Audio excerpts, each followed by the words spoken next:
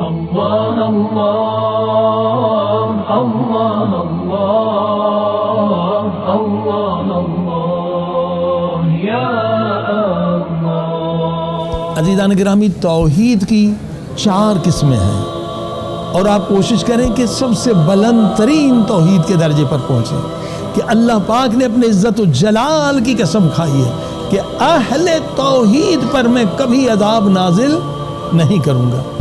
اہل توحید کون ہیں؟ پہلا درجہ یہ ہے کہ صرف زبان سے لا الہ الا اللہ نہ ہو بلکہ دل سے بھی لا الہ الا اللہ کہے، اور ساتوں اعضاء اللہ کے مطیع ہوں۔ تو خدا فرماتا ہے اس انسان نے لا الہ الا اللہ کہا بھی، دل میں بٹھایا بھی، ساتوں اعضاء کو مطیع بنایا، اس نے جنت کی قیمت ادا کر دی۔ لیکن دوسرا درجہ کیا ہے کہ لا الہ الا اللہ کی تفسیر کو سمجھنا ہے، اسے اپلائی کرنا ہے کہ لا مؤثر فی الوجود الا اللہ۔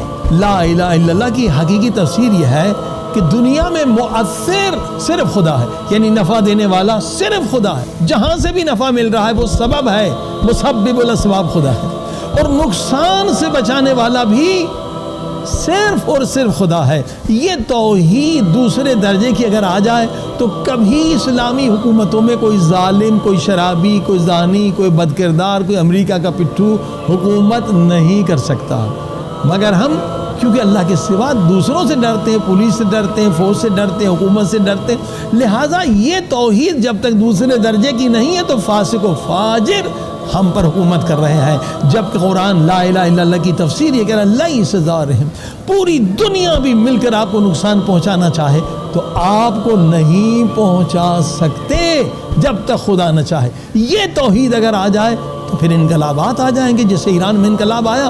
اس توحید علماء نے کام کیا، دوسرے درجے کی توحید پر لوگوں کو پہنچایا۔ مولا علی کا عجیب جملہ ہے، عجیب جملہ ہے۔ مولا علی فرماتے تورات، انجیل، زبور، قرآن، ساری 4 کتابوں سے میں نے ایک آیت آپ کو بتانی ہے جو کنجی ہے کی ہے تمام مشکلات کی۔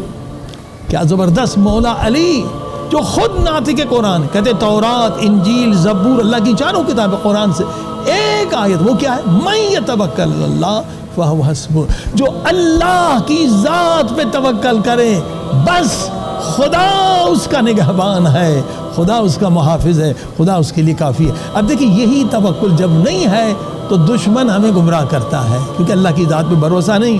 تو یہاں تک کہتے ہیں توحید دوسرے درجے کی یہ ہے کہ اللہ کے سوا کسی کا خوف دل میں نہ ہو۔ ان اولیاء اللہ لا خوف علیہم ولا هم يحزنون، اولیاء خدا دوسرے درجے پر انسان بنتا ہے، کسی کا خوف نہ۔ اب ہمارا حال یہ ہے کہ جناب بلی کالی سامنے سے گزر جائے کہ بھائی سفر منسوخ، کینسل، بھائی یہ منحوسیت ہے۔